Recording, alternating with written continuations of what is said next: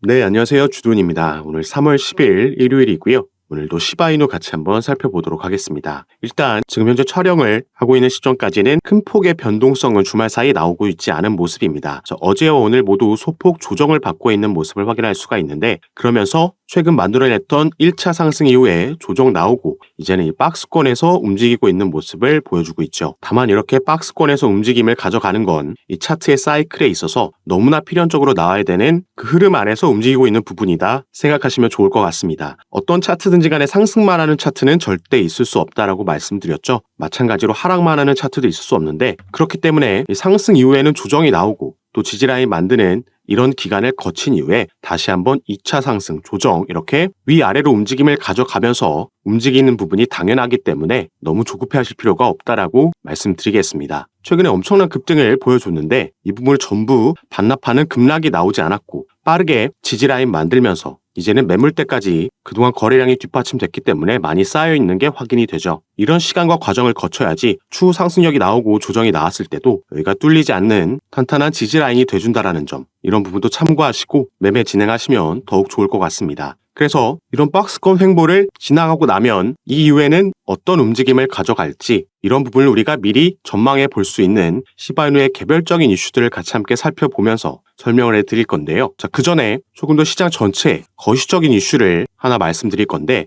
자, 다음 주에 3월 13일 날 알트코인의 대장주인 이더리움에 업그레이드가 하나 예정되어 있습니다. 자, 덴쿤 업그레이드라는 이 이슈가 예정되어 있는데, 최근 카톡방에서 이 이슈로 시바이누도 급등 만들 수 있는 거 아니냐 이런 질문을 해주신 분들이 계시기 때문에 카톡방에서는 바로 답변해 드렸지만, 비슷한 궁금증을 이 영상을 시청하시는 분들도 가질 수 있다고 생각이 돼서 여기에 대해서 간략하게만 답변해 드리고 넘어가도록 할 텐데, 자, 일단 시바이누와 이더리움의 연관성을 가지고 질문해 주신 데에는 바로 이 시바이누라는 코인이 ERC20 기반의 코인이기 때문입니다. 이건 이더리움 네트워크를 기반으로 두고 있는 코인이라는 거고, 이더리움 Request for Comment의 약자죠. 그래서 이더리움 네트워크 상에서 유통할 수 있게끔 그 호환성을 보장하기 위한 표준 사양이다라고 이해하시면 되는데, 자, 이 부분을 조금 더 이해하기 쉽게 제가 한 가지 예를 들어서 설명해 드리겠습니다. 자, 우리가 스마트폰에서 대표적인 운영체제라고 할 수 있는 안드로이드가 있죠. 그리고 이 안드로이드는 구글에서 운영을 합니다. 그렇기 때문에 이 안드로이드에서 동작하는 어플을 만들기 위해서는 이 구글에서 정해준 규칙대로, 그 사양대로 어플을 만들어야지 이 안드로이드에서 호환성을 가지면서 올바르게 동작을 할 겁니다. 그래서 이더리움에서도 마찬가지로 이 ERC20이라는 건 이 사양대로, 이 표준 사양대로 토큰이 개발돼야지 이더리움 네트워크 상에서 호환성을 가지면서 동작할 수 있는 그 표준 사양이다라고 보시면 되겠고요. 때문에 이더리움이 덴쿤 업그레이드를 메인넷에 적용시킨다라고 해서 여기에 대한 직접적인 수혜를 시바이누가 받을 거라고 예상하는 건 조금 과한 연결고리다라고 볼 수 있겠죠. 이 업그레이드 같은 부분은 이더리움과 이더리움 클래식, 그리고 오히려 레이어 2 코인들인 아비트럼이나 옵티미즘, 이 업그레이드가 아무래도 직접적으로 레이어 2에 비싼 수수료를 절감시켜줄 수 있게 만드는 업그레이드이기 때문에 이런 코인들이 더 직접적으로 수혜를 받을 수 있겠다 예상해 볼 수 있는 부분입니다. 그래서 일단 여기에 대해서 먼저 간략하게 설명해 드렸고요. 이제는 시바이누의 개별적인 이슈를 살펴보면서 앞으로의 전망을 설명해 드리도록 하겠습니다. 여러분들께서는 오늘 영상 본격적으로 시청하시기 전에 밑에 있는 구독과 좋아요 버튼도 한 번씩만 눌러주시면 제가 이렇게 영상 제작하는 데 큰 힘이 된다라는 점 먼저 말씀드리고요. 추가로 이 영상 밑에 더보기란 클릭하시면 제가 이렇게 정보도 드리고 함께 소통하면서 매매 진행하고 있는 저희 카톡방에 참여하실 수 있는 링크 2개를 남겨놨습니다. 당연히 여기서 드리는 정보와 타점, 비중 이런 부분들 전부 무료로 제가 공유해드리고 도움드리고 있는 부분이니까 여기에도 한 번씩 관심 가져주시고 확인해주시면 감사하겠습니다. 자, 그럼 시바이누의 최근 이슈부터 살펴볼 건데요. 자, 이 내용 많이들 접해보셨을 겁니다. 시바이누 생태계의 새로운 토큰인 K9이 3월 7일 날짜로 신규 상장됐습니다. 당연히 이 시바이누가 보유하고 있는 생태계 안에 새롭게 신규 상장되는 코인이 있는 거기 때문에 호재로 받아들일 수 있는 부분이었지만, 이 부분이 당장 상장 빔과 같은 큰 영향을 주기는 어렵다라고 말씀을 드렸었죠. 그 이유에 대해서도 말씀을 드릴 건데, 자, 여기 본문 내용을 보시면 K9 파이낸스의 모델, 이게 바로 새롭게 상장된 이 K9이라는 코인입니다. 이 코인은 이더리움의 리도와 같은 성공적인 플랫폼에서 영감을 받아 시바이누 커뮤니티에 맞춤화된 유동성 스테이킹 솔루션을 제공한다 나와 있습니다.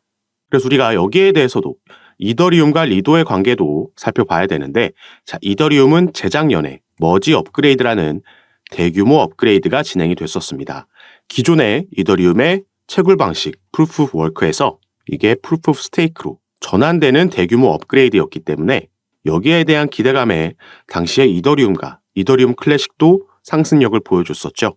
그런데 이 리도 다오라는 코인이 당시 이더리움의 스테이킹 90% 이상을 거의 독점하다시피 점유하고 있던 코인이었기 때문에 이더리움이 채굴 방식에서 스테이킹 방식으로 전환되면서 이 점유율로 인해서 가장 큰 수혜를 받았고, 그래서 당시에 550%라는 급등을 만들어냈었습니다.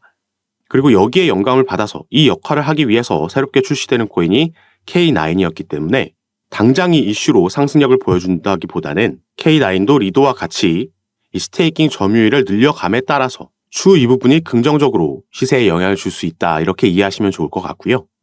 사실 최근 이것보다 더 긍정적으로 시바이누에게 영향을 주고 있는 건 바로 이 소각이 되겠습니다. 시바이누의 소각률이 15,000%가 넘게 급증했다라고 나와 있고, 그러면서 가격도 일주일 새 300% 급등한 거였죠. 그래서 이 밑에 내용을 함께 보시면요. 자, 시바이누의 소각률이 15,608%까지 치솟았는데, 이는 시바이누 팀이 희귀도와 가치를 높이기 위해 시바이누 본 리시 토큰을 소각했기 때문이다 나와 있습니다. 자, 이 소각이라는 건 통상적으로 긍정적인 호재로 받아들여집니다. 이건 주식에서도 마찬가지죠. 소각이라는 건 그만큼 유통되는 물량이 줄어든다라는 거기 때문에 남아있는 토큰의 가치와 희귀성이 상승하면서 시세에 긍정적인 영향을 주는 겁니다.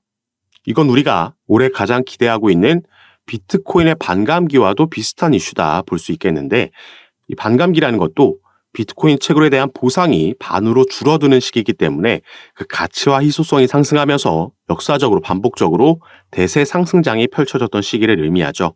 그리고 시바이누는 이 소각이라는 이벤트를 단발적으로 한 번만 진행한 게 아니라 반복적으로 패턴에 의해서 진행하고 있기 때문에 앞으로도 긍정적인 소식들을 기대해 볼 수 있는 거고요. 자, 여기 기사에는 도지코인 킬러 시바이누가 일주일 새 100% 넘게 급등했는데 강세 모멘텀이 지속될 수 있을까라는 내용의 기사가 나와 있습니다. 마찬가지로 밑에 내용을 살펴보시면 시바이누 코인은 강한 상승 추세로 되돌아갔다.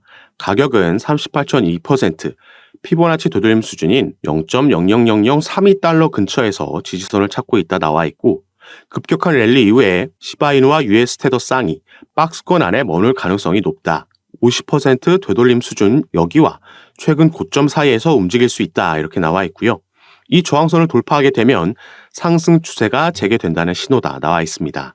그리고 이 가정과 반대로 가격이 하락해서 이 50% 되돌림 수준인 이 아래로 내려가게 되면 61.8% 되돌림 수준까지 하락할 수 있다 나와 있고요. 낙폭이 깊을수록 다음 상승 추세의 시작에 더 많은 시간이 필요하다 분석이 나왔습니다. 자, 사실 어떤 차트가 횡보하고 있을 때는 이게 지지라인을 뚫고 내려가는지 아니면 저항 라인을 돌파하고 올라가는지 양쪽 모두 가능한 시나리오이기 때문에 아무래도 더 주의가 필요한 부분인데, 자, 시바이누는 최근 이런 속보가 전해졌었습니다. 자, 시바이누의 탑홀더, 가장 많은 시바이누를 보유하고 있는 주소고요. 최근 5일간 거래소로 2천억 원 상당의 시바이누가 입금됐다 나와 있습니다. 이건 주소에서 거래소로 시바이누가 옮겨간 거기 때문에 이럴 경우에는 우리가 통상적으로 이걸 매도 시그널로 받아들입니다. 그렇기 때문에 최근 이 속보를 접한 개인 투자자들도 대량의 시바이누가 거래소로 입금이 됐기 때문에 이게 매도 물량으로 풀리게 되면 급락이 나올 수 있기 때문에 미리 어느 정도 비중 조절에 들어갔고, 그렇기 때문에 조정이 나오고 하락이 나왔다 이해해 볼 수 있겠죠. 이 시바이누 같은 경우에는 여기에도 나와 있듯이 시바이누, 베이비 도지, 밈코인 등 이런 코인들은 고래들이 보유하고 있는 비중이 75% 이상이다 보고된 바가 있습니다. 고래라는 건 우리가 방금 살펴봤던 이 코인을 대량으로 보유하고 있는 주소를 얘기합니다. 흔히 우리가 세력, 기관 투자자들이라고도 이해할 수 있겠는데, 때문에 우리는 이런 대량으로 자금이 이동하는 부분을 꼭 체크하면서 투자 판단해야 된다 말씀을 드리는 거고요. 우리가 원화 마켓이 아닌 이 달러 차트로 시바이누를 다시 한번 살펴봤을 때, 자, 여기에 아까 기사에 나와 있던 피보나치 되돌림 수열을 제가 적용을 해 보겠습니다. 이 피보나치 되돌림 수열이라는 건 이렇게 1차 상승을 보여줘서 우리가 고점을 확인하고 나서 이 고점 대비 얼마나 빠진 위치에서 지지를 받고 다시 갈 거냐, 이 부분을 미리 확인해 볼 수가 있는 건데, 아까 기사에서도 50% 되돌림 라인, 61.8% 되돌림 라인 이런 게 나왔었는데요.